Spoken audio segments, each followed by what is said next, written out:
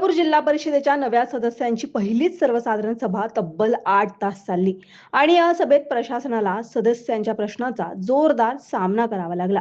अध्यक्ष शिल्पा खोत यांनी सभेची सुरुवात केली, तर अर्थसमिती सभापती शीतल यादव यांनी अर्थसंकल्प सादर केला।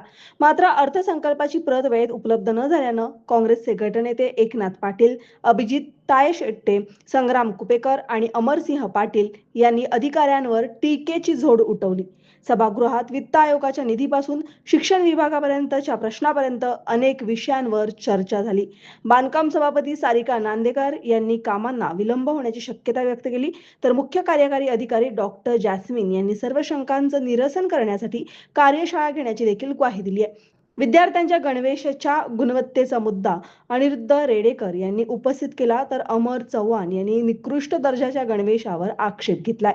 जिल्हा परिषदेच्या निधीमध्ये मंत्री, खासदार आणि आमदारांच्या हस्तक्षेपाला विरोध करताना सुधीर देसाई यांनी भूमिका मांडली, तर उपाध्यक्ष तानाजी पाटील यांनी कायदा आणि व्यवहार याची सांगड घालण्याची गरज व्यक्त केली आहे। श्रद्धांजलीच्या ठरावावरून ही चर्चा रंगली। यावेळी जिल्हा परिषदेचे माजी अध्यक्ष नानासाहेब गाठे आणि बाबूराव हजारे यांच्या नावाचाही उल्लेख करण्यात आला।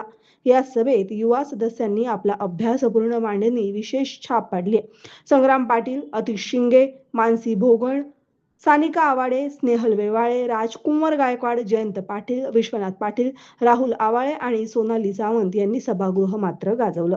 कोडोली परिसरातील पाणी टंचाई, चंदगड तालुक्यातील एसटीची गैरसोय, अंगणवाडीतील गणवेश, शेतकऱ्यांच्या दारातील रस्ते, वैयक्तिक योजनांचे प्रलंबित प्रश्न, त्याचप्रमाणे आरोग्य विभागातील कथित गैरप्रकार, त्याचप्रमाणे स्वच्छता आणि प्राथमिक आरोग्य केंद्राच्या समस्यावर युवा सदस्यांनी प्रशासनाला जाब विचारलाय। याच दरम्यान कंत्राटी आरोग्य कर्मचाऱ्यांकडून कथित वसुली प्रकरणी काँग्रेस सदस्यांनी प्रतिकात्मक 32 लाख रुपयांचा धनादेश देण्याचा प्रयत्न केल्यानं सभागृहात काही काळ गोंधळाचं वातावरण निर्माण झालं। एकूणच 4 वर्षांनंतर सभागृहात दाखल झालेल्या नव्या सदस्यांनी पहिल्याच सभेत प्रशासनाला धारेवर धरत आपली दमदार उपस्थिती सिद्ध केल्याची चर्चा जिल्हाभर रंगली आहे।